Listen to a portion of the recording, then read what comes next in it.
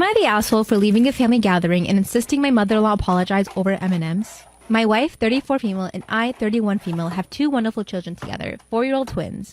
They were conceived with my wife's eggs and a known sperm donor, and I carried/birthed them. Both kids ended up being practical clones of my wife, so it's pretty clear to everyone who contributed to the genetic material. My in-laws had everyone together at their house earlier this month. My kids were outside playing with their cousins, and my sister-in-law and mother-in-law and I were chatting in the kitchen. At one point, my two run inside from playing and ask if they could have some M&Ms that they see on the counter.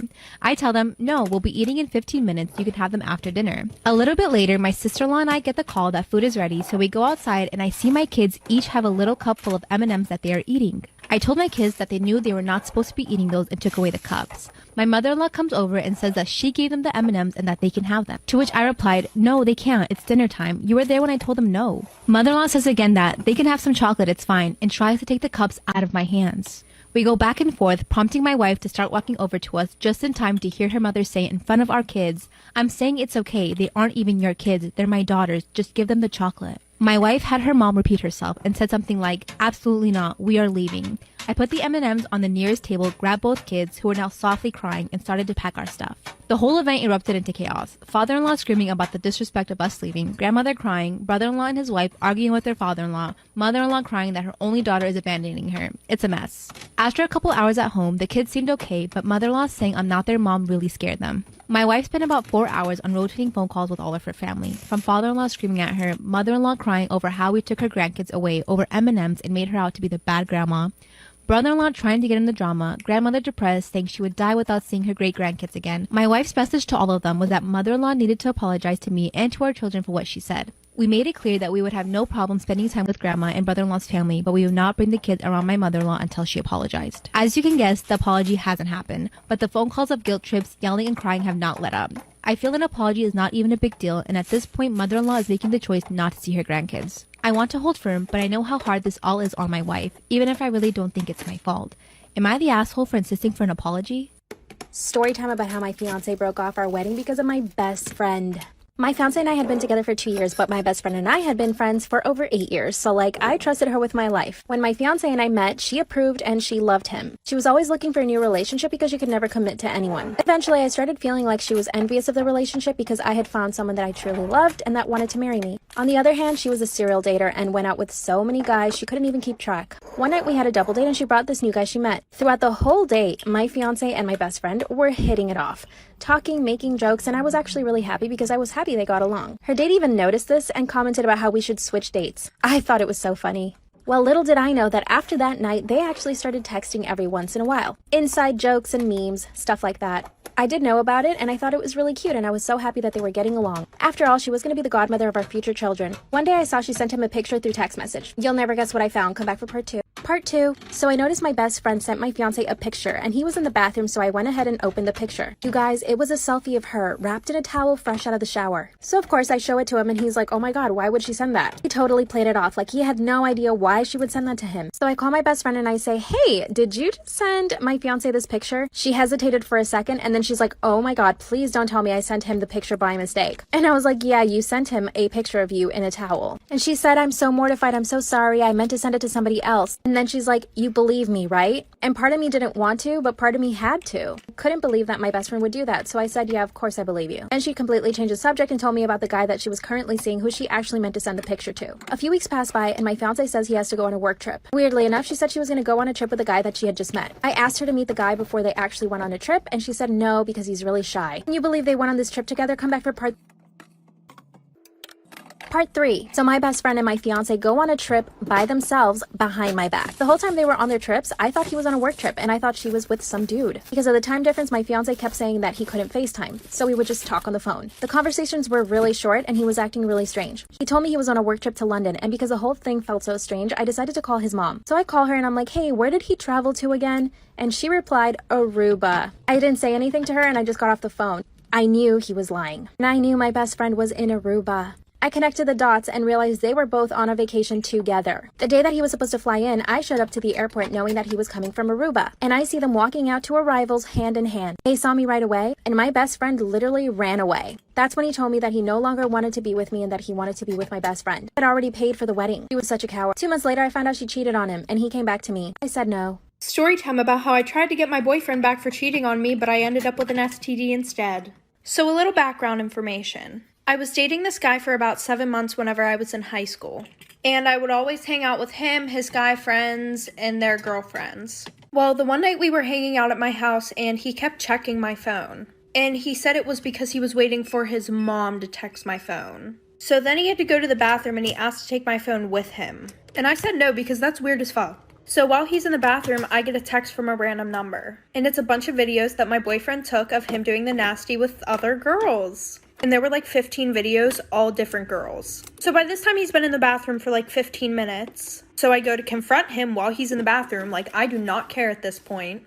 And he's gone. My bathroom window is wide open. My curtains are broken. So then I start to text all of his best friends. Like for part 2. Part 2. So it turns out the person who sent it to me was one of the girls in my friend group. So at that point, every single person in that friend group was dead to me and I needed to get every single one of them back. So like I said, I started texting all my ex's best friends and I asked every single one of them if they wanted to hook up. 4 of them said yes, the other 3 just blocked me. And the 4 who said yes all had girlfriends in our friend group. Well, the girls in my friend group had no idea, so they invited me to their party. And at that party, it was my mission to do the dirty with every single one of those guys. Well, there was this bathroom in the basement, which nobody knew about except the girl whose house it was. So one after the other, I did the dirty with every single one of them in that bathroom. And I made sure to snap a picture or take a video, so that way I could send it to my boyfriend. I know, I'm crazy, get over it. Well, in the morning, my ex's closest best friend came over. Well, I did the dirty with him too, because my ex hated him being around me, because he was known for screwing other people's girlfriends. Okay, there's gonna be a part 3. Part 3.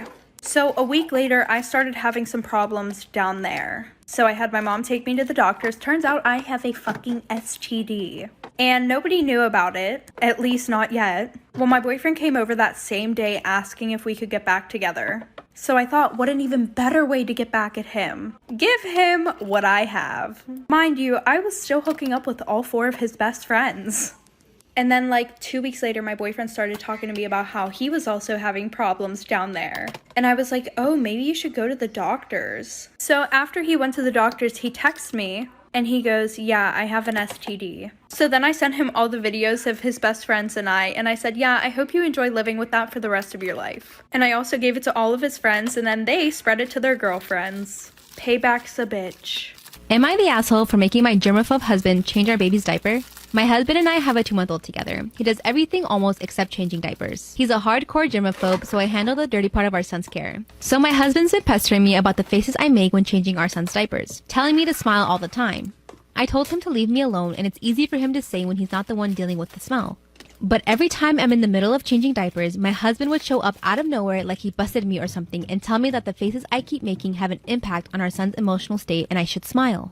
I told him to leave me alone. He knows how difficult this is for me but does nothing to help. Instead, just mocks me and keeps pestering me. I said if he ever tries to hassle me again with just smile bullcrap, then he'll start handling the diaper changes himself. Last night around 9, he was in the kitchen already eating dinner without me and not waiting while I was getting ready to change my son's diaper. He came into the room with his mouth full of food and once again commented on how my face looked and for me to smile and show love and to stop causing harm to our son's emotional health. I snapped. I walked up to him and told him that he ran out of chance to stop his annoying behavior and he should start handling diaper changes from now on and we'll see how big his smile will be. His tone changed immediately and he said that we both agreed that I'd be the one handling diaper changes even before our son was born and that I already know too well what his reason is. He's a germaphobe, yes, but he's also a parent. What type of parent never changes their baby's diaper? I handed him the stuff and asked him to enjoy it while I kept standing to watch how he would do it. It took him forever. As I expected, I made all types of disgusted, gross-out faces, and for a minute, I thought he was going to throw up. When he was finished, I told him he lost the smiling contest with those faces he made. He was pissed and rushed to wash his hands, complaining about how I'm trying to get him to do everything, and that I ruined his appetite by having him experience that. I replied and said he hasn't seen anything yet, and asked since he wants us to have 4 kids, how he will be handling the other 3. He said he changed his mind and only wants 2, but still, my point stands. He tried to argue that I'm not taking his germophobia seriously, and what I forced him to do wasn't cool. He's been upset since then and has given me the silent treatment. So, am I the asshole?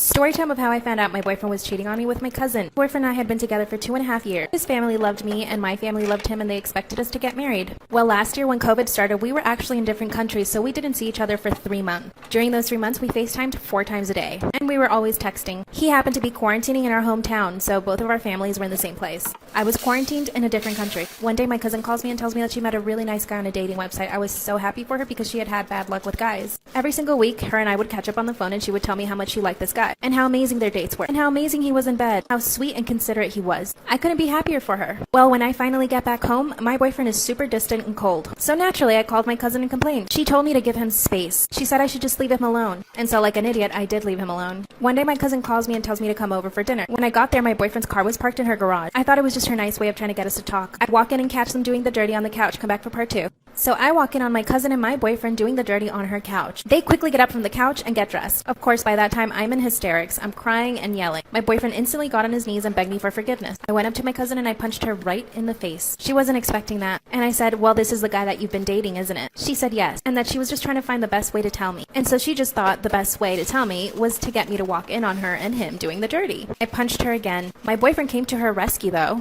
Instantly went into hero mode, which made me even angrier, so I punched him too. I stormed out of her house and went back to my house. Well, I told my parents everything. And my dad went over to my uncle's house, my cousin's dad, and he told him everything. She was about to turn 19, so he took away her phone and her car. And I get a phone call from my ex, come back for part 3. So my lying, cheating ex calls me and explains to me why he actually slept with my cousin. He said that he was so lonely and that he didn't know what to do, and that the closest thing to me he could find was my cousin. Right, as if that was any comfort to me. He said I should be grateful that I didn't cheat with someone else. I told him he had totally betrayed my trust and that I could never ever trust him again. And then he confessed that she was pregnant and that his parents wanted them to get married. He said he just wanted to give me a heads up. Then he said that we could still be together but just not tell anyone, so basically he wanted me to be his side piece. I couldn't believe the words that were coming out of his mouth. It was like I didn't know this man. Guess what I did? I recorded the entire conversation. So I went straight to my cousin and I let her listen to it. She was so shocked. She couldn't believe that he would offer to have me as a side chick. Well, I also let my uncle listen to it. He went to my ex's house and beat him up. Honestly, that made me sad, but he deserved it. They now have a baby and he's gained 50 pounds. Trust your instincts, girl, and always record your conversations. Also, how cute are my nails? Story time about the girl who was absolutely obsessed with me in high school. So it was my junior year in high school, and I'm just gonna tell you guys the first story of how I knew that she was absolutely obsessed with me and wanted to be me. Well, I had been dating this guy for like a month, and I sent him nudes. Well, my nudes got spread around the school.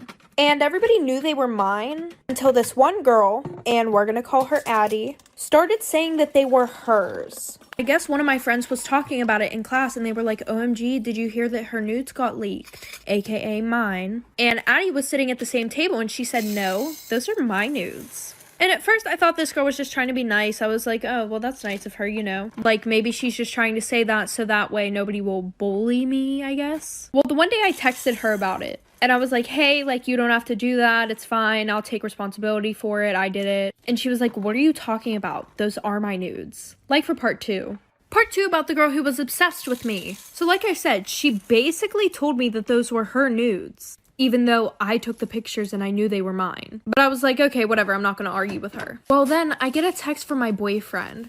And he goes, what the fuck? You're so weird. Why would you send me somebody else's nudes? And I'm just sitting there like, what the fuck? And I tried to explain to him that I had no fucking clue why this girl was saying they were hers. But then he said that I was weird as fuck and he broke up with me. So like a week later, I see them walking around school together. And my friends tell me that they're now dating. And I really wasn't that mad about it. I was like, okay, maybe that's the only way that she could think of to get a boyfriend. Well, I forgot that my Instagram was logged in on his phone because he had super bad trust issues and wanted to make sure I wasn't cheating on him. So I text him and I'm like, hey, can you take my Instagram off your phone? And I saw that he read my text message, but I got no response. Well, a week later, you guys are never gonna guess what fucking happened, like for part 3.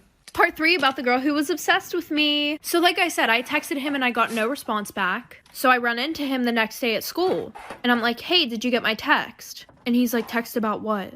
And I was like, taking my Instagram off your phone? And he was like, oh yeah, Addie did it, don't worry. And I didn't think anything of it because, you know, I'm like, oh well, she's done torturing me. Well, I was very wrong. So in my first period, I went to go sit with my group of friends because all 3 of us had that class together. And when I walk in, I realized that Addie is sitting in my seat. So I pull up a chair to the table, and they were all ignoring me and texting each other right next to me.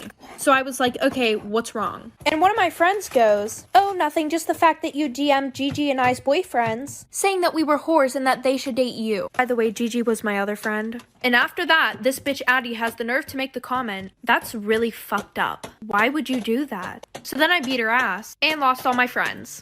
I was raised by parents who believe religiously and just culturally in rigid gender roles. Dad should work, mom should stay home and raise the kids. I'm the only girl and I have 3 brothers. Because of their expectation, I would just get married and stay home and raise kids. They never valued my education.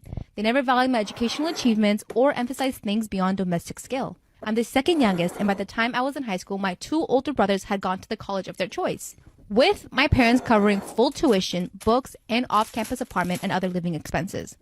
They eventually did the same for my younger brother, and I was told I wasn't allowed to apply for college. I did so in secret and got accepted with a partial scholarship.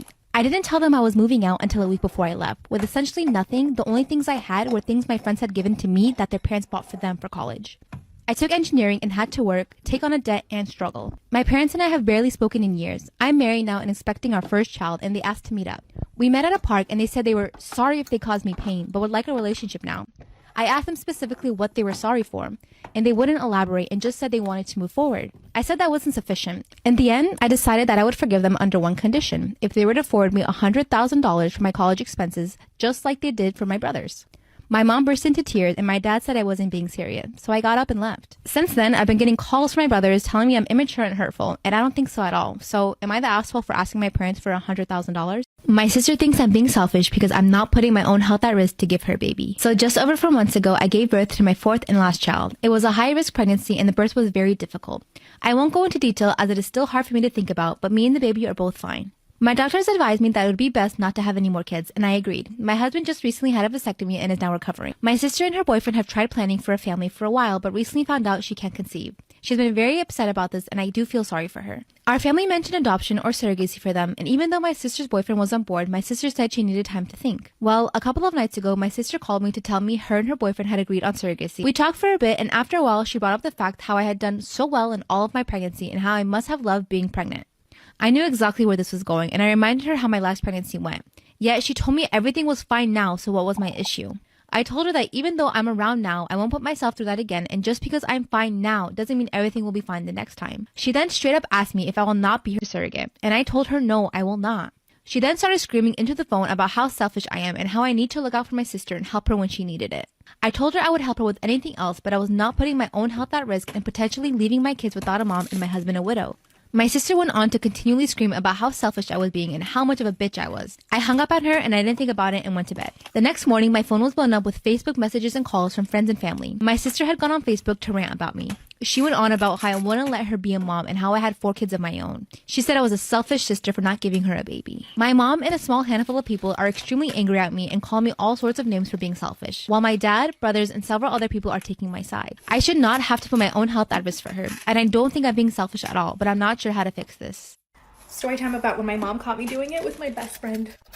I was 16 at the time, and there was this new boy that moved in across the street from us. He was super cute, and I noticed him right away. My parents were super strict. I wasn't allowed to have a boyfriend or even any guy friends, and I knew right away that I wanted to at least become this guy's friend because he was so cute. So one day I told my mom, hey, why don't we take cookies or something to welcome the new neighbors in town? And my mom was like, that's a great idea. So we end up going over and we meet them. They're really nice. And the cute boy comes downstairs and he tells his mom he's going to go to Bible study. Well, when we get home, I tell my mom, hey, you know what? Maybe I should join a Bible study group too. And my mom was like, great idea. She even told me to go ask him about it since he had mentioned it. One day he's mowing the lawn, so I decided to go talk to him and ask him about the Bible study group. He actually ended up taking me there that same day and we had a fun class. Over the next few weeks, we became really, really good friends. Best friends. We told each other everything, but there was always attraction. Part 2. So my neighbor, I'll call him Curtis, we're really good friends at this point, but we were always attracted to each other, but because we were in Bible study together and our parents were very religious, we kind of tried to stay away from anything. One day, we're in my house chilling in my room because I knew my mom wouldn't be home for a while, so I told him to just come upstairs. We ended up eating Pop-Tarts and watching a Netflix show. The whole time I was mustering the courage to tell him that I really liked him because I really felt that I wanted to be honest with him instead of just lying to him, and the whole reason why I even got into the Bible study group was to be with him, or at least spend time with him. So finally, I just blurted it out. I said, I like you. and I like you, like, a lot. He just stares at me blankly. He doesn't know what to say, and I could tell that he was kind of nervous. So I said, do you like me too? He said, yes, you know that I do. And then we started making out. This was the first time I'd ever been kissed, and it was the first time I'd ever had a boy in my room by myself. I kept thinking my mom could come home at any moment, so I told him that he should go home. Suddenly, we're on my bed, and we're doing things that I'd never done before. Suddenly, my door swings open, and guess who it is?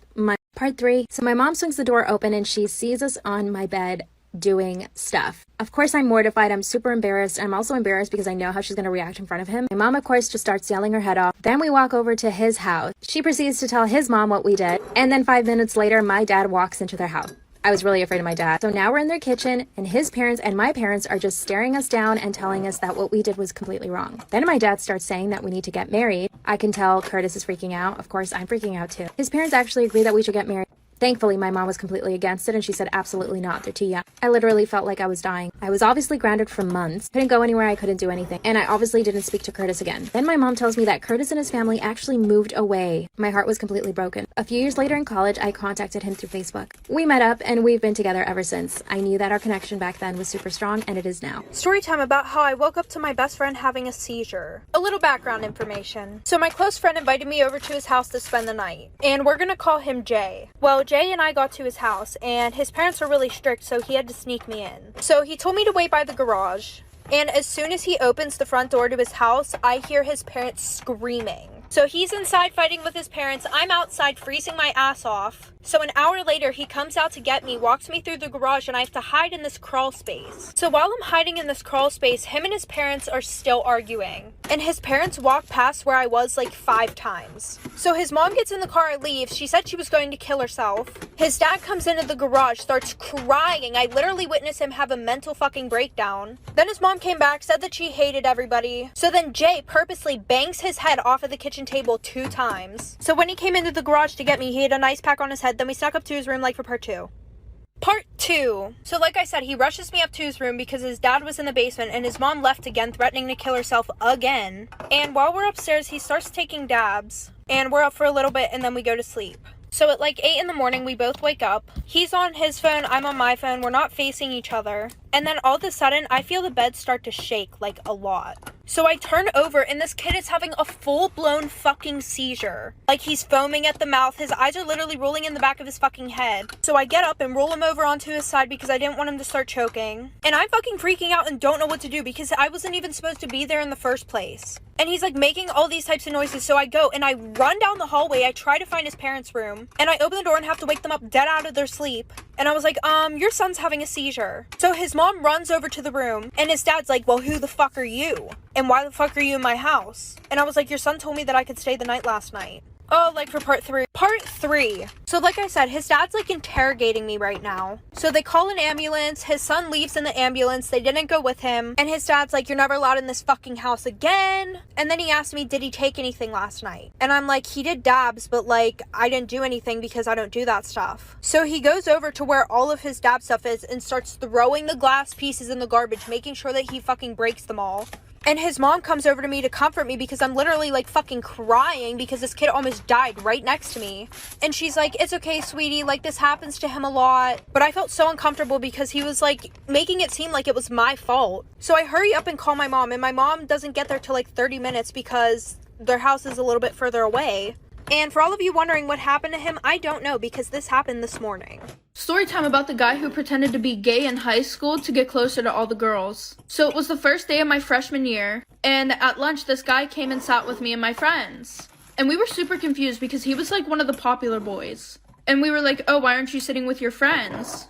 And he's like, oh, because ever since I came out as gay, they don't want to be friends with me anymore, and they're being super mean to me. So we felt really bad, and we started getting to know him, and he was actually a really cool person. So we started inviting him to our sleepovers and everything like that. And because he was gay, we felt really comfortable getting dressed around him, talking about things that we wouldn't talk about in front of anybody. So like 2 months go past, and at this point he knows so much about us, like stuff that nobody else knew. Like, he even knew that one of my friends was born with both private parts, which is something that she never told anybody except for me and the girls in my friend group. Well, we're all on FaceTime the one day, and my friend goes, oh, have you ever seen boobs before? And he goes, no. So we all lift up our shirt like for part 2.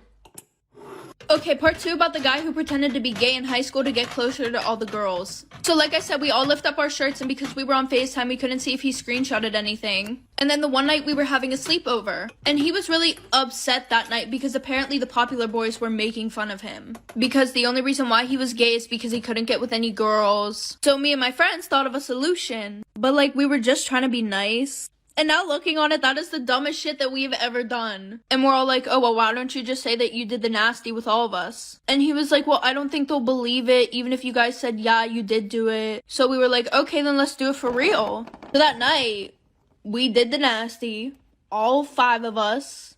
So that morning, we all wake up and he's literally gone. Like, he didn't wake us up to say goodbye, which wasn't normal. So the weekend goes past. Monday, we go to school. And in the morning, my friends and I have time to walk around, and everybody's just staring at us, like for part 3. Part 3 about the guy who pretended to be gay to get closer to all the girls. So like I said, we got to school, and everybody's just looking at us. And all of a sudden, we get tagged in this Instagram account.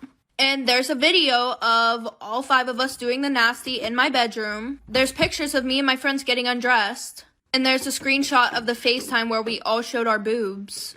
And under the post, he was exposing a bunch of shit about us. And my one best friend was literally crying so hard because everybody now knew that she was born with like both parts. And also after gym class, we would just tell him to come in the locker room, and the teacher didn't care because he was gay.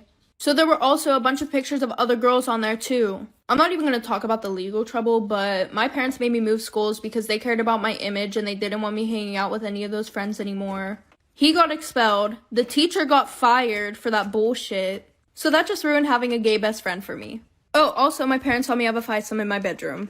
Story time about how this one girl bullied me so bad she tried to beat me up, but guess what? The joke was on her because my sister beat her up. I was in 8th grade and I was bullied pretty badly, but this one girl in particular who didn't like me would make my life miserable. This girl was in 10th grade and I was in 8th grade at the time. I didn't defend myself at the time. I was really just scared of everything and everyone because I got bullied so much. And my sister knew that, which is why she was always looking out for me. She always had my back. So the bully, let's call her Jackie. Jackie started leaving me mean notes in my locker. And at the time, I guess I didn't really know if it was her. It could have been many people since I got bullied by many people. And the kids in my class would group around me whenever I would go to open my locker just to see my reaction when I would read the mean things she left in the notes. So for example, she would make fun of my acne and my big lips. But it got so much worse. One day I was walking down the hallway and she comes up right behind me and spills fake blood all over my back, making it look like I had my period. I was mortified, and she did this in front of everyone when we were on break. Then in front of everyone, she says that she's gonna beat me up at lunch and that I better be there, so come back for part 2.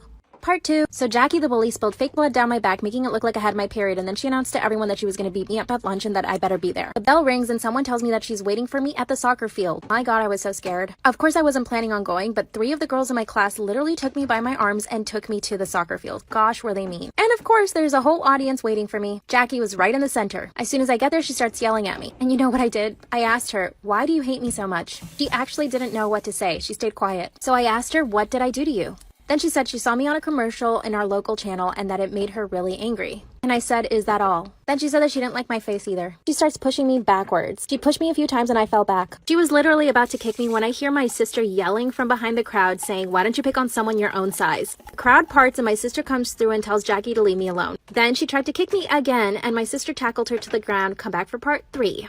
Part 3, as Jackie the bully is trying to kick me, my sister tackles her to the ground. Well, Jackie got really scared because she was not expecting that. And my sister picks her up from the floor and throws her into a bush. Jackie starts to cry and she says that she's going to tell on my sister. Well, my sister says, I have all the notes that you've been sending to my sister and we can compare it to your own handwriting. Guess who they'll believe? My sister took me to the principal's office and we gave her all of the notes and I told her everything that happened. So the principal went and searched Jackie's backpack. Guess what she found? Scissors and tape. Jackie confessed that she wanted to tie my hands and cut off all my hair. She got suspended from school for 3 days. When she came back, her parents took her to my classroom and made her apologize in front of everyone. If you're being bullied, speak up.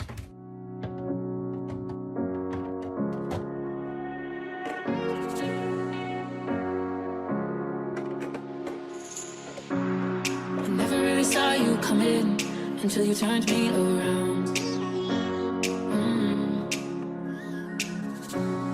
I used to think I was nothing, but look at this love we found.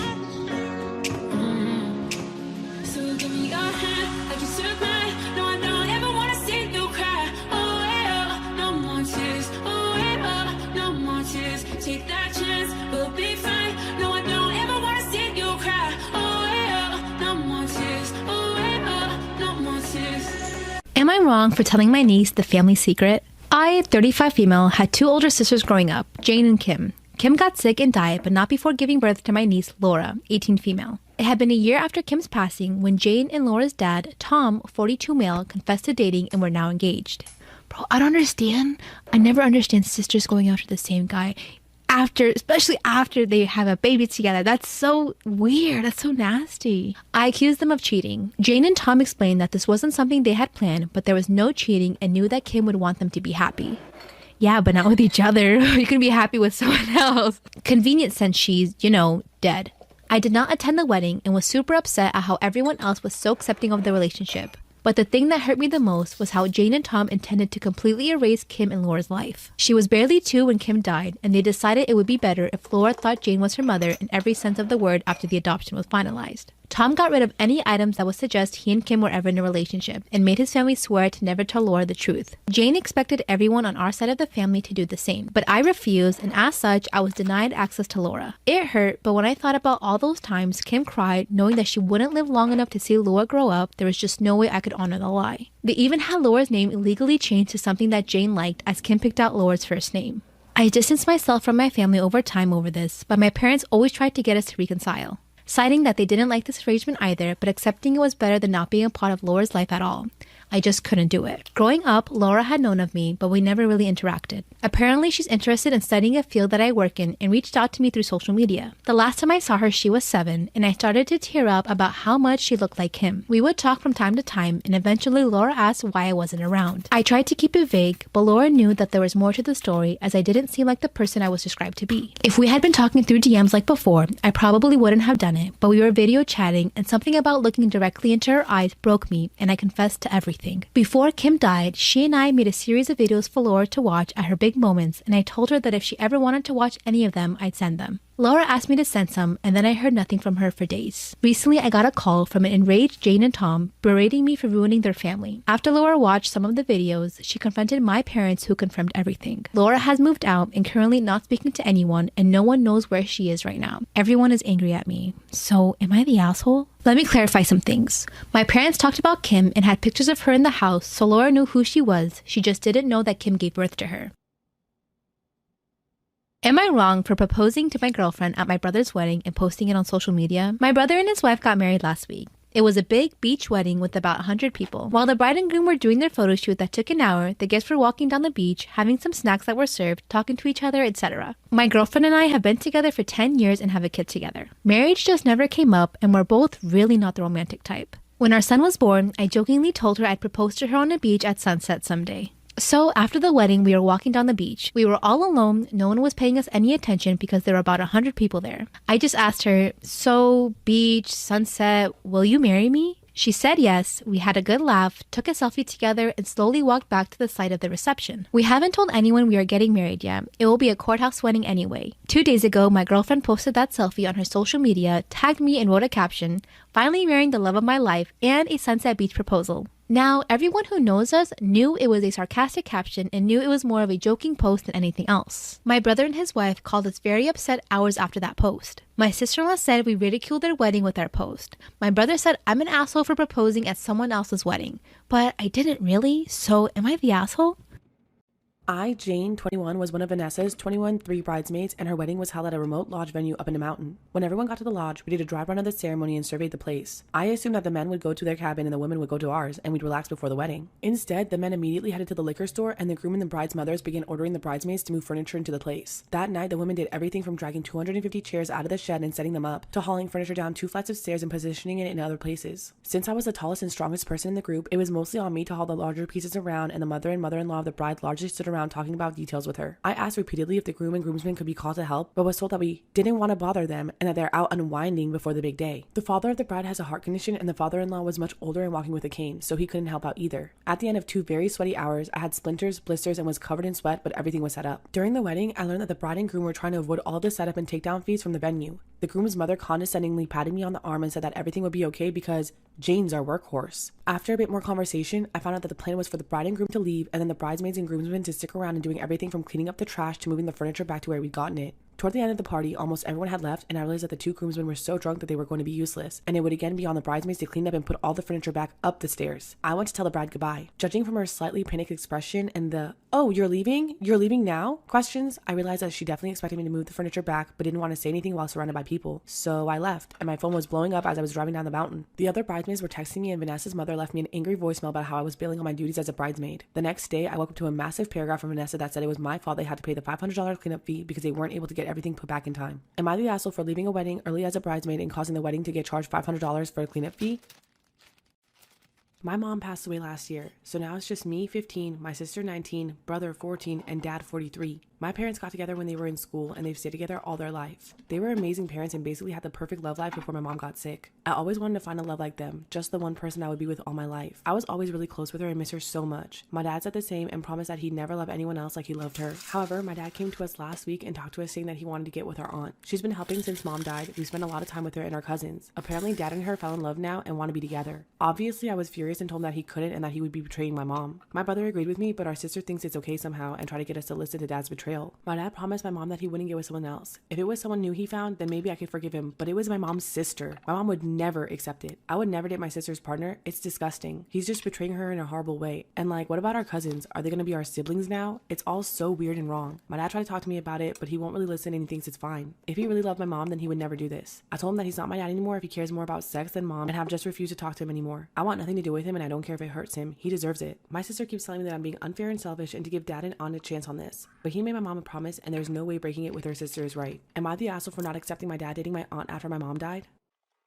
Am I the asshole for refusing to let my future husband lie about the house he and I purchased during his groom speech? My fiance and I got engaged a few months ago. We're getting married soon and invitations were already sent out.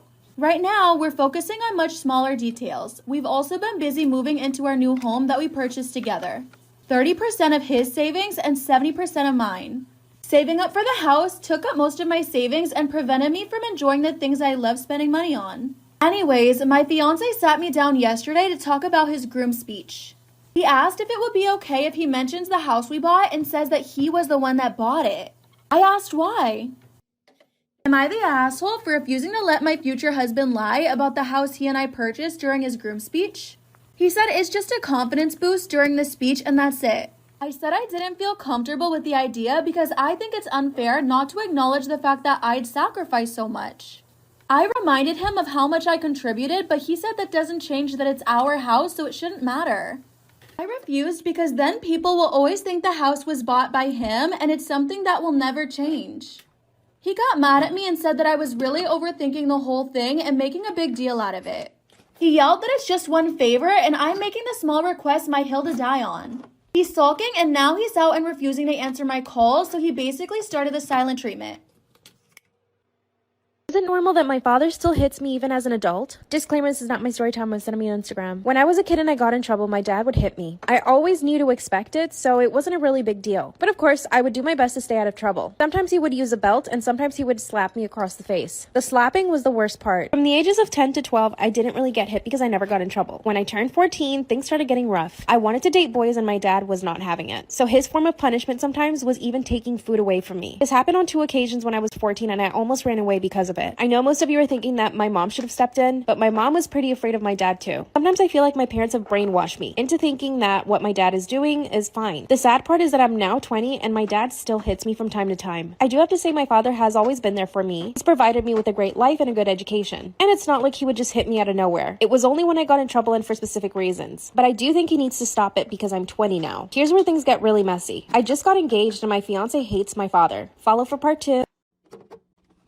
Is it normal that my father still hits me as an adult? Now that I'm 20 and engaged, I told my fiance about what my father did. Like I said, my father wouldn't just hit me out of nowhere. He would only do it when he was punishing me and for specific reasons. But my fiance loathes my father. He thinks it's abuse and that it wasn't a normal thing for me to have to endure as a child, especially as an adult. And I've only come to realize that what my dad is doing is probably wrong because of my fiance. Before that, I never had anybody in my life tell me that what my dad was doing was wrong. But here's what happened. My fiance and I were cooking in my parents' kitchen. My dad must have been in a really bad mood because he comes into the kitchen and says, "If you don't clean up this mess, I'm gonna show your fiance how I slapped the shit out of you." My father had never shown that side of him in front of my fiance. But as soon as those words came out of my father's mouth, my fiance turned to him and said, "You will never put put your hands on her again. And my dad said, that's my daughter and I can do whatever I want. My fiance asked me to leave with him and I did. My mom called us and begged us to come back, but my fiance said no. Part 3 is on.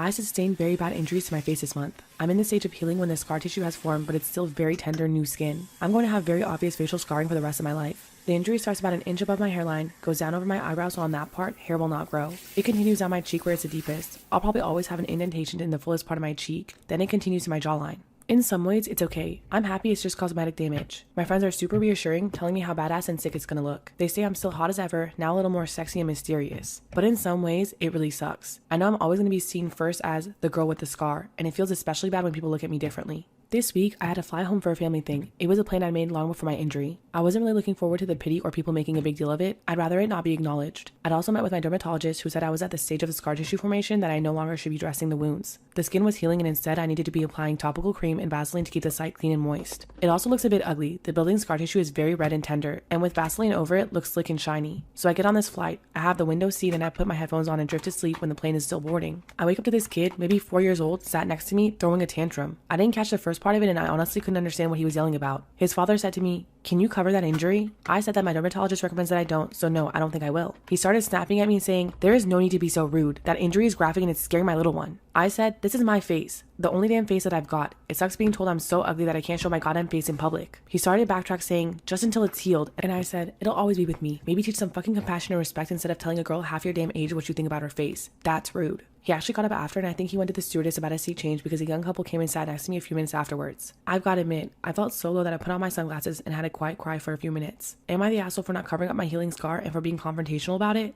Storytime about when I messed up by telling a woman on our first date that her pepper spray is useless. So a friend sets me up with this woman because she thought we have similar hobbies and similar dark humor. We met today for the first time over a coffee and tea. We were actually having a good time, or at least I thought so. We clicked right away and had a lot to talk and laugh about. After like an hour, she suggested to pay for our drinks and go somewhere else for lunch, and I happily agreed. As we were about to pay for our drinks, she started searching her purse for her wallet and put various objects on the counter because she seemed to have a bit of a mess in her purse. One of these objects was the pepper spray. I casually mentioned after leaving the coffee, I'd consider getting a different pepper spray if you plan to defend yourself. This one is quite useless. For a bit of context, I used to test various pepper sprays and tear gas in the military. We were stupid and young, but it was also kind of thrilling. And the product she had was by far the weakest and worst we tested. I just recognized the bottle because it was so bad and I thought I should let her know that this is probably not the best option to go with. But she obviously didn't know about that because, well, we just met an hour ago. After this comment, our conversation kind of died and she suddenly had a work emergency that she had to go to. It took me a few minutes until I realized that my comment was beyond creepy without any context. I'm definitely not used to meeting new people. Hopefully I haven't traumatized her. My wife and I have been married for 18 years. We have our 16-year-old daughter who's been dating a slightly shy and awkward young man for about 3 to 4 months now. He seems very nervous around my daughter and has admitted in passing comments here and there to my wife and I that he can't believe she agreed to date him and that he thinks she's way out of his league. He seems very respectful, just shy. My wife is usually an independent, awesome woman and her ideals align closely with mine, particularly in terms of feminism and equality. We have both striven to raise our daughter to be as independent and capable as possible. Since my daughter has been dating this kid, my wife has changed considerably and has given our daughter advice that has left me with raised eyebrows more than once. Some of the advice that I've heard my wife give out is, "Oh, it's cute for boys to pay for everything, especially in your first relationship," or, "Oh honey, don't worry about that, he can pay for you. If he really liked you, he would," and similar. I've tried to balance this out by telling my daughter straight away, 2 people in a partnership should be contributing equally. And my personal favorite, if someone asks if they can take you out for dinner, it's reasonable to expect them to pay, but if someone asks you to grab dinner with them, it's reasonable to split the payment. I figured that would be an easy way for a young person to understand the difference. However, I've noticed my daughter becoming more and more entitled to her boyfriend's money. They haven't been anywhere, obviously, since we're home, but she talks about him like, "Oh, I'll just ask him to pay for X," which leaves a bad taste in my mouth. She also flippantly bragged and mentioned that she gets him to buy gift cards for her, etc. by mentioning her mother's advice. "If you really liked me, you pay for X." I spoke to my wife privately and told her my concerns. She insists it's a rite of passage for girls and it's cute that she should feel this guy completely spoiling her. I told her it's not cute for her to be thinking that it's acceptable to view relationships as personal ATMs, and my wife became very angry with me and is now calling me an asshole with a lot of hostility. Am I the asshole for telling my wife it's not cute for her to encourage our teenage daughter to expect her boyfriend to pay for everything in their relationship?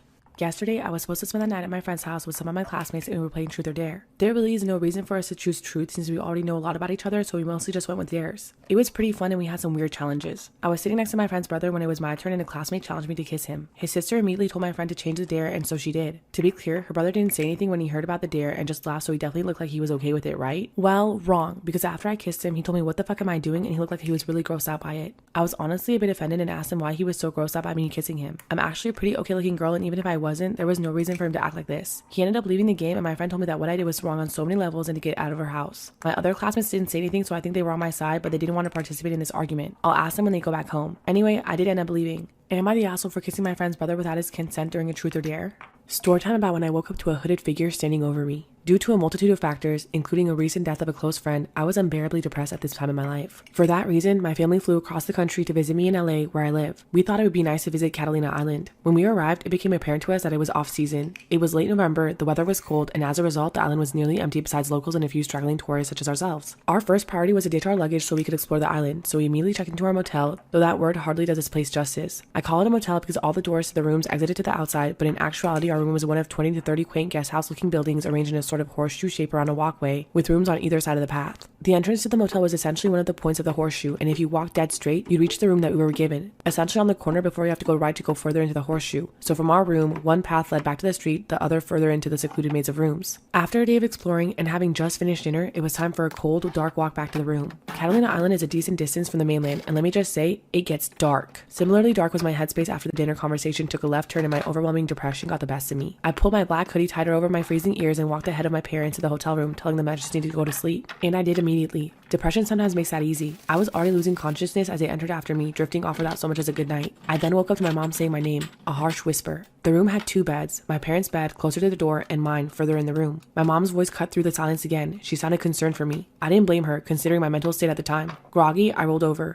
What? I asked. As my eyes adjusted to the dim moonlight coming in through the curtains, I saw her turn to face me. She was surprised to see me in my bed. Her eyes got wide. If I'm in my bed, who was she talking to? We both looked back to where she was previously looking and see a hooded figure in all black standing over their bed. In that moment, we were both frozen with fear. Part 2 when I woke up to a hooded figure standing over me. We were on an island in the middle of the ocean and woke up to see a hooded stranger looming over us. This moment seemed to last forever. Life isn't like the movies, where the characters unleash a blood-curdling scream. Sometimes the only thing that comes out is panicked and guttural. My mom's words became low and severe as she said my dad's name in a dire voice I've never heard her use before. Then the hooded figure did something so bizarre and unsettling. It didn't advance towards us, but instead crouched in the corner near where it stood. The way it crouched was so absolutely unexpected, even in regards to this already unexpected situation, that it terrified me. It seemed animalistic. I knew two things. The hooded figure had been standing over us sleeping, and it's not acting in any sort of way that I can understand. As opposed to the infinite moment of this figure standing over us mere seconds ago, the series of events that unfolded when my hulking ex-military dad woke up happened in an instant. Suddenly, we were at the door, not knowing which way the intruder went. My mom was screaming, "Get him! Get him!" My dad was running down one path of the horseshoe, further into the hotel, shouting through sheer adrenaline, "I'm going to fucking kill you!"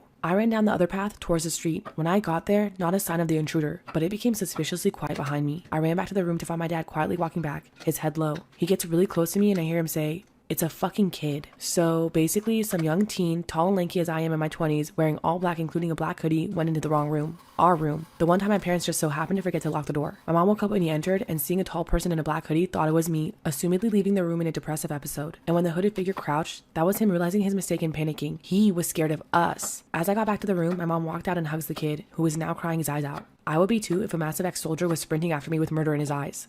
I, 38 female, had two work colleagues, Mary and Adam, both in their late 20s to early 30s. Mary started in the company first and then she got Adam to join and they worked in different departments, but Mary was in mine. Later, Mary left the company to pursue another career. When they started at the company, they were already married for a few years. Now, Mary is the kindest and loveliest person I've ever met. She was always polite, helpful, and would cheer anyone up. We missed her dearly, so it came to a shock when we found out that she was divorcing Adam because he had cheated on her. I called her to express how sorry I am that this happened to her, and we were talking almost daily ever since. I was impressed at how well Mary holds herself in this situation. She wouldn't badmouth Adam, and the only thing she mentioned was how her wedding dress and a few family heirlooms went missing when she was moving her stuff from their apartment. She thought they might have been misplaced in a different box and would turn up eventually. A few years passed. I now work in the same department as Adam. He's a good work colleague but can be dismissive and ignorant at times. Adam invited me to his wedding with the lady, Chelsea, he cheated on Mary with. As the entire department was invited, I said yes, making sure Mary was okay with this. I've also told her where the wedding will be. It's not too far from where she lives and we could go for some some drinks after if she wanted to. On the day of Adam's wedding, I noticed that Chelsea is wearing a similar dress that Mary wore in the photos of her and Adam's wedding years ago. So without thinking, I snapped a picture and sent it to Mary with the caption saying, "Doesn't this dress look familiar?" Mary saw the message but didn't respond, and about an hour later, police show up at the venue. I should add in that police in our country are ruthless and any theft is considered a criminal matter for the police to deal with. The police asked Chelsea to take the dress off and all the jewelry off. Chelsea refused and started arguing with them, and then Adam joined in. Since they were rude to the police, they were taken to the police station. Everyone at the wedding had to leave. I tried to call Mary, but she wouldn't pick up the phone. Later, we found out that Chelsea was wearing Mary's wedding dress and her heirlooms. Mary spotted them on the picture I sent her and called the police. Apparently, she had previously asked Adam if he had them and he declined, saying that he never saw them. So after she saw the picture, he knew that he was lying and stole them. Chelsea had to leave her wedding dress and jewelry at the police station and go home wearing her underwear and Adam's jacket after they were bailed out. Yesterday, Adam returned to the office and went completely mental on me. He blamed me for sending a picture to Mary and ruining his wedding. He also called me an asshole for what I did. Am I the asshole for ruining my colleague's wedding and getting them arrested?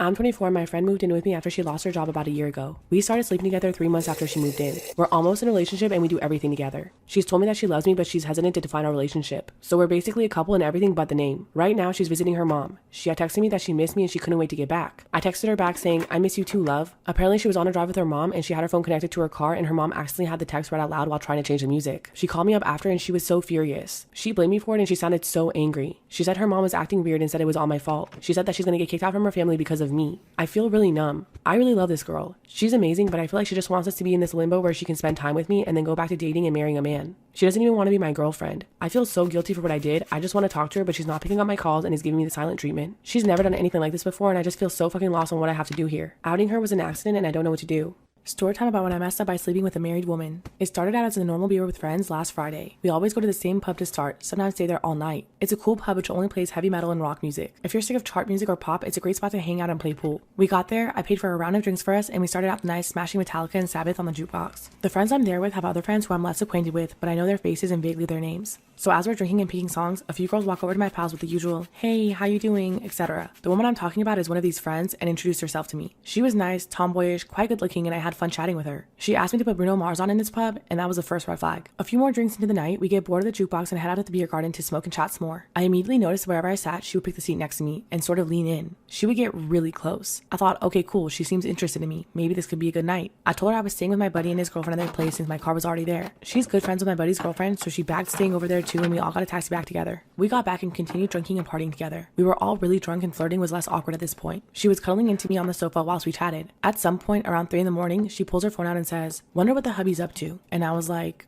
wait, what? You have a husband? To which she replied, "Yeah, for 10 years. This was just a stepping stone in the fuck up. I asked her to come outside and chat for a bit, saying, "What the fuck are we doing?" She explained that the relationship had been dying for years, they lived separately, and it's not even a real relationship anymore. I don't know what I thought about this, but I kept the flirting up as it calmed me down a little bit about the situation. Eventually, we ended up in bed together and had sex. It was awful. I don't think we're compatible in that regard, but I tried my best nonetheless. I didn't want to be labeled a shit shag or whatever, so I wake up the next day pretty early and leave saying thanks for hanging out, etc., but I gotta get home. I thought, okay, mistake hasn't been made, but we'll just leave it at that. After all, her marriage isn't going well and will inevitably end. And here comes the fuck up. She found and messaged me on Facebook something along the lines of, "Would gladly let you throw me around again, XXX." And I clicked on her profile. My freaking heart dropped. I instantly recognized the pictures of her husband and they looked so happy together. At least online they did. The husband is someone I used to smoke with and chill with a lot through secondhand friends. All I can say about this dude is that he's a really great person and I enjoy his company. Sometimes he would talk about how his wife was being crazy and distant with him and it made him sad. I messed up, guys. I need to tell him, but I don't want to hurt anyone. But it's beyond that now. I followed my second head and this is where it's landed me.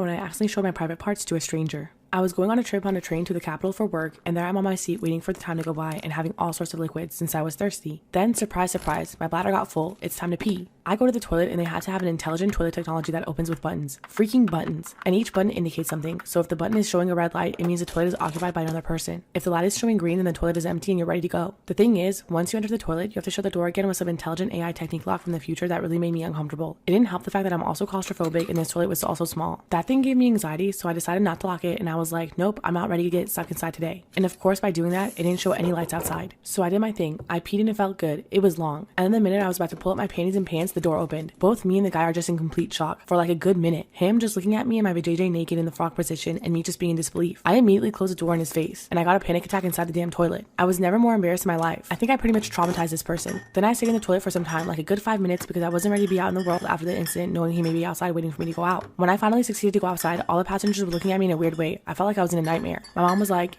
"You didn't lock the door, did you?" Storytime about the time I pulled a deaf woman over for speeding and asked to see her vagina. This happened a few years ago when I was a young police officer in the college town in the South. To set this up, our department had been teaching us American Sign Language to help officers serve the public. I was all about learning sign language and picked some up pretty quickly. Or so I thought. Well, one night in the summer, I'm on traffic enforcement looking for drunk drivers, and about 1 a.m, I stop a car for speeding. As I approached the car, a young and very pretty co-ed was driving. I start talking to her, but she indicates that she's deaf. Now, I still had an ASL for police officers class from a week ago fresh in my mind, and I think to myself, great, I get to use a new talent in the field. I indicate that I can sign and she smiles. So far, so good. Now, I need to add that I was nervous since this was the first time I had used this on the street, and she was very pretty. I then signed that I needed to see her driver's license. A look of terror crossed her face and my cop radar went off. I was thinking, what have I stumbled upon? I had dealt with people who didn't have a license, were dangerous, were drunk, or had warrants. I again signed that I'm a police officer and I need to see her driver's license now and put my cop face on. I also remember that to a deaf person, the look on your face is equivalent to your tone of voice, and apparently I was near screaming with my look. Now, to add to this, it's 1 a.m, it's very dark on the side of the street, and I'm 6'2" and 230 pounds, and she's about 5'2", maybe 100 pounds. This poor girl was freaked out. I finally realized that I haven't stopped a serial killer and simply asked, well, why? To which she looks down at her crotch and shakes her head violently no. Well, my little pea brain begins to gather information in, and I realized that I had been lazy in signing the sign for driver's license and instead had been signing, I am a police officer, show me your vagina. I still cringe at that, and I must have lit up the road with 1.1 gigawatts of red face, and a look of embarrassment and horror caught her off guard. Well, she was on guard 100% at that point, and she realized that I wasn't a rouge police officer using my authority to sexually assault her on a dark street, but just a cop that sucked at ASL. Well, she started laughing at me, and it had to be the relief she felt mixed with the humor of what I did. It took her several minutes to compose herself, and I just stood there looking sheepish. I earned every second of her laughing. I just kept apologizing over and over. I'm glad I got that one right at least. Needless to say, she did not get a ticket, but a story about this well-meaning but dumb police officer that severely messed up a traffic stop. Storytime about when I fell into a manhole on the first date. So I was on a date with a guy that I met a few months ago at a seminar. We were texting frequently. I didn't like him much at first. I just wasn't in the mood for getting to know someone, but the more we've talked, the more I was interested because he's really smart, polite, and gentle. Finally, we decided that we should go on a date. We met during the daytime, went bowling, and had lunch together. It was really nice. The conversation was really good. We laughed a lot, and I really enjoyed every minute of that 4 to 5 hour date. Now, have you guys ever felt nervous when the first date was about to end? You just don't know how to say goodbye to them because you don't know if it's too soon for a kiss or a hug or just wave at each other and go separate ways? Well, I was really nervous and overthinking, and in those moments, while we were walking through the square, I wasn't paying attention to anyone or anything. When we got to the point where we say goodbye, he was talking about how he enjoyed the date and he's looking forward to seeing me again. I was so focused on him that I didn't even notice there was an uncovered manhole near us. I really hope he didn't notice it either. So we were just passing by the manhole when he stopped and said, okay, I need to go this way, blah, blah, blah. Now the manhole was right behind me, a step away, and I'm telling him, oh, okay, I'm gonna go this way, pointing with a thumb behind me. And just as I've said, see you soon, while looking at him, I made a step back and just completely disappeared in front of his eyes in a fucking manhole. There I was in a vault, wishing he didn't just see what happened, but as I look up, I see his face, and he's asking me if I was okay. I got a few scratches and was covered in mud. The vault wasn't that deep, there were pipes in it and a lot of rotting leaves and mud, but at that point I just wished the ground would have opened and swallowed me because I was so embarrassed. He helped me get out of there, I thanked him, and I went home. I'm sure he's gonna ask me out again because we did enjoy the date, but I'm sure I'd feel so awkward.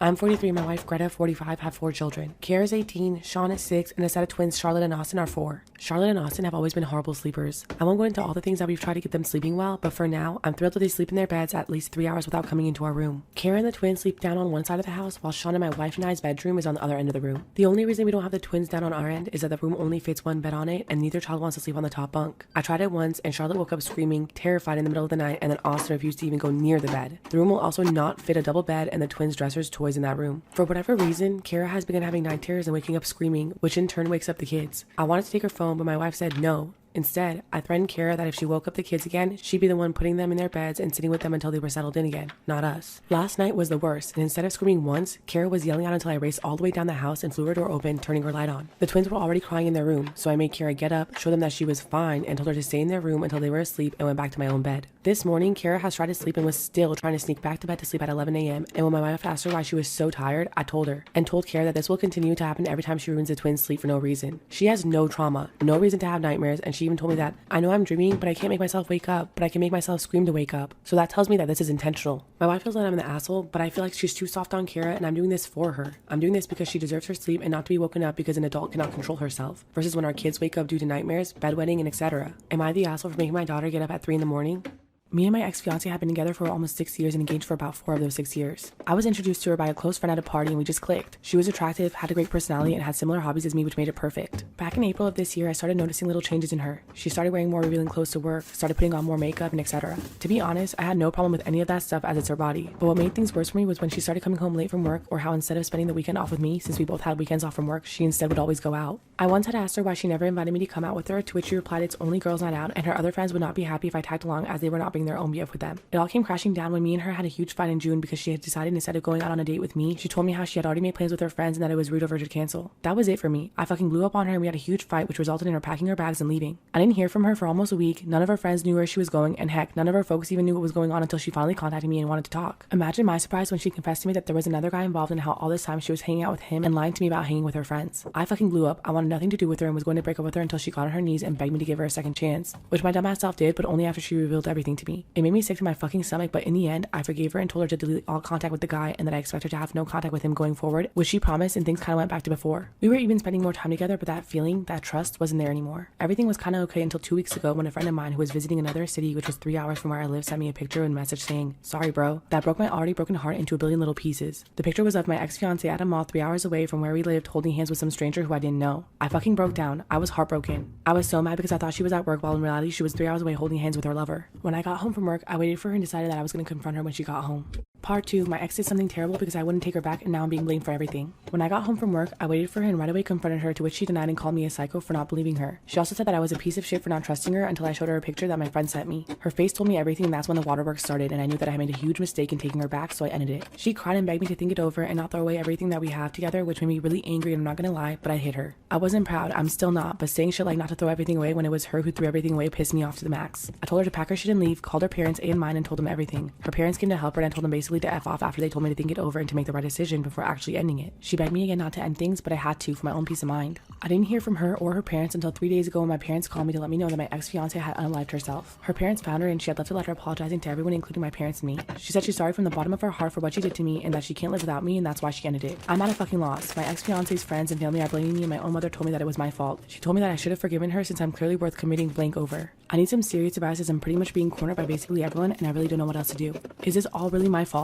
I'm 30 and my girlfriend, 27, is Indian. She moved to the US a few years back. I'm American, white if that matters, and we live in North Carolina. My girlfriend loves to cook. She told me so on our first date. However, I'm not the biggest fan of Indian food. I found that a lot of spices used in Indian food irritate my stomach and I have a very low tolerance for hot and spicy foods. She's never had an issue with this and never forced me to eat anything I didn't want to. In fact, whenever I stayed over, she made me things like pancakes and French toast and they were incredible. She's a very good cook. 2 weeks ago, we moved in together. Our place is a large, fully equipped kitchen and my girlfriend was ecstatic about all the things that she can do. I was happy to see her so happy. However, in all of our excitement, I didn't realize how our food preferences could actually become a problem. You see, I didn't realize that she cooks and eats a lot of Indian food. Like, all the time. For the past year, whenever we've spent time at each other's apartments, she's always made me things like ramen, pasta, lasagna, tacos, soups, grilled cheese, etc. I figured that's what she normally ate. I have a few Indian American friends and they told me that they don't exclusively eat Indian food at home, so I thought it was the same thing with her. Yesterday, she was super excited to show me something and dragged me to the kitchen. There, she unveiled a whole drawer of spices. We're talking about 20 to 30 different types of whole, crushed, powdered spices, neatly stored in glass bottles and labeled. I asked why she needed so many spices and she replied, "To cook Indian food, silly." I told her that I didn't like Indian food and she told me not to worry, she wouldn't force me to eat anything. That it's just for her meals and that she made separate meals for me. I asked her if she could simply not cook Indian food in our house at all because the smell is so pungent and if she'd cook regular food instead. She told me that Indian food is regular food to her and I'm going to have to get used to it. I insisted and she said that she'll only consider giving up cooking Indian food if I give up cooking up meat at home. She's vegetarian because she doesn't like the smell of the meat being cooked. I told her that it was unfair to ask because she never objected when I cooked meat at my apartment. She told me that she's only demanding that I give it up because I'm doing the same thing to her. I got quite mad and told her that she was being extremely unreasonable as I need meat. I work out a lot and I need protein, but she doesn't need Indian food all the time and she can order takeout if she craves it. She told me that restaurants are not very good where we live and it's unhealthy to eat takeout every day. We ended up arguing for a while and now we're not talking to each other. Am I the asshole for insisting that she doesn't cook with spices?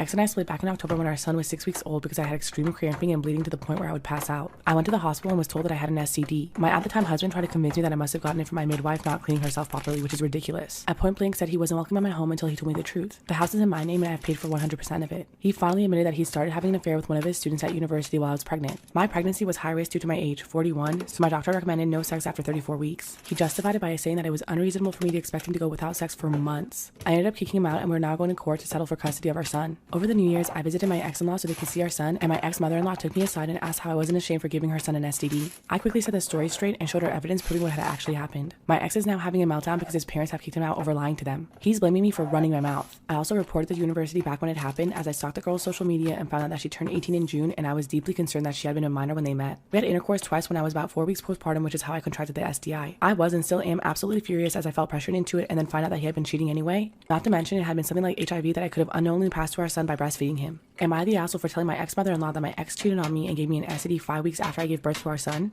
My little brother, 16, has been living with me for over a year now. Our parents kicked him out when he came out and I couldn't not take him in. He's my baby brother. My partner set a few ground rules when he moved in. No parties, his rent would be our weekly grocery bill, and if he could look after our 2 children, 6 and 10, while we were both working late, that would be amazing, and there would be no guests in our home. He agreed to all these conditions and was holding up to them very well until recently. My brother recently got a new boyfriend who we have met a couple times and he seems really sweet, but we don't really know him that well. Anyway, my partner and I were working late the other night and he called me to find out if his boyfriend could come around, and I told him that I'd rather he didn't be around my girls while we were not there. He seemed fine with it and I thought nothing of it. However, when I get home, there was his boyfriend sitting on the couch with him. I didn't disturb them because his boyfriend seemed emotionally distressed. He was crying, and when he left, I asked my brother what happened. Apparently his boyfriend just found out his parents are divorcing. I told him that I was sorry for his boyfriend, but I asked him not to have him over around my daughters until we were home, and just because they were asleep doesn't change the fact that anything could have happened.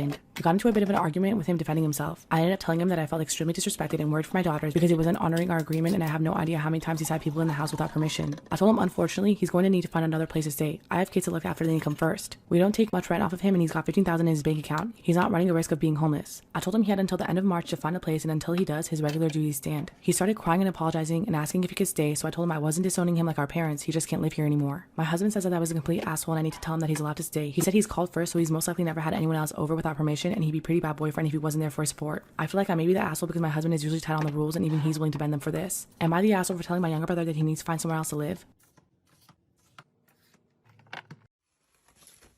My girlfriend wanted to pose nude for an art class. I wasn't okay with it as my friend attends that class and I feel uncomfortable with him seeing my girlfriend naked and keeping a drawing of my girlfriend naked. She told me it was fine because it was non-sexual. I went to my friend and asked him if he would skip the class, but he went off on me about perverting his art. So I decided just to grin and bear it. My friend finished his drawing and hung it up in his room. Next time me and the rest of our friends hung out together, he made a big fucking deal about how it was my girlfriend. I was then subject to jokes and comments about my girlfriend's body. One guy took a picture of the painting, posted it on his Instagram story, and tagged my girlfriend. So my girlfriend was uncomfortable with that and with my friend seeing her naked. In her defense, she thought a lot higher of my friends than she should have. She then said I should get my friend to take it down. I told her that he refused last time and went off on me. That's when she suggested that I buy it from him. I offered to buy it yesterday, but my friend told me that he wanted it for his portfolio, and since he'd be taking it from that, he needed a lot of money. He wants $250 for that drawing. I am a broke college student and I just spent most of my money on books and classes, so I'm short on funds right now. So now I'm in an awkward position because I can't tell my girlfriend that I can't afford it for obvious reasons, but she really is uncomfortable by him hanging it up. I'm at a loss. What can I do? I, 28, and my husband, 29, have been married for 5 years. My husband was a nurse until he told me that he wanted to become a doctor. I was fully supportive, and he is now in his first year of medical school. I've been supporting the both of us as he can't work while in school, but recently found out our rent was being raised by $500 at the end of our contract in April. This was honestly the last straw as it pushed us past where we were financially comfortable, so I raised the idea of us buying a home. This had been in conversation for years, but my husband had always said that we could after he paid off his school debt from nursing, which was paid off early in 2020. I asked my mother, a real estate agent, who told me that with what we would be paying, it would be better for the money to go towards mortgage repayments and not rent. I brought all of this up to my husband, who shut it down almost immediately. He told me our agreement was to wait until he had paid off all of his debt. I told him that was for nursing and that he was in school for 6 years, which was hundreds of thousands of dollars worth of debt, and some doctors don't pay off their debt until 20 plus years. I told him I had been supportive of this career change and by financially supporting the household, but it was the best financial decision for both of us, but also relieved the financial burden for me. I brought up the savings we had for our deposit and how we could afford something small and modest within the budget, but he told me it was in our best interest to use that money to pay off his loans. I asked him if he realized the financial burden this would put on me, but he said it was temporary and eventually he'd make more than me, so it would be even, and I agreed to this. My mother called and asked if we were going to look into buying a house, but I told her that we weren't and we'd be looking for somewhere cheaper to rent instead. She insisted we at least consider it because it made the most financial sense and asked if it was because we didn't have the down deposit. I told her that we were probably going to use that to pay off my husband's debt and he didn't want any more debt until he was debt free from his student loans. Days later, my mother and father came to lunch and told us that they had news. They offered to gift us the down deposit of a home. I was over the moon and shocked by the offer. Once they left, my husband exploded on me, claiming I emasculated him and made him look bad in front of my parents. I told him I never asked for this, but we should take it as it was a privilege most people don't get and would relieve so much financial burden on me. He refused to talk to me or my parents until we apologized for shaming and emasculating him, but I refused to. I apologized but told him that I wouldn't make my parents as they'd done nothing wrong. Am I the asshole for emasculating my husband and refusing to make my parents apologize for it? So there I am, on a date with a guy I've been seeing for about 3 weeks. All is going well and afterwards, we go back to his place. Fast forward and we're in the shower. He's a 7-in-1 shampoo, body wash, car oil, also functions as ketchup kind of guy. Surprisingly, he presents me this new soap someone had made him. Smells great, so there I go, washing my body, impressed that he actually has such nice soap. Within moments, my vagina is ablaze. Something is wrong. I remove myself from the shower as gracefully as I can while panicking. My kitty is swelling, becoming huge. Like lips aren't covering this anymore and it's just getting bigger and bigger. While he's still showering, I call my mother, I know, frantically. I'm explaining in great detail what's happening while panicking. I have seriously grown a small wiener at this point. I'm staying as quiet as possible while a show plays in the background. Little do I know, this dude has supersonic hearing and has heard my whole panicked, detailed conversation before walking in on me examining my incredibly swollen lady bits. He very calmly asked if I need to go to the hospital while I'm playing this as cool as a cucumber, explaining that I'm fine and everything's okay. This is where Morgan Freeman would come in and say she was not fine and everything was not okay. I proceed with the rest of the evening remaining as calm as possible, hoping this torture would end. Turns out I was allergic to the new soap and my most sensitive area was the only thing that had a reaction. Everything's fine now and it's all laughs, but man, did that make for a very uncomfortable evening. I was so mortified, I was fully prepared to leave the country. If you ever want to wear a wig, don't do what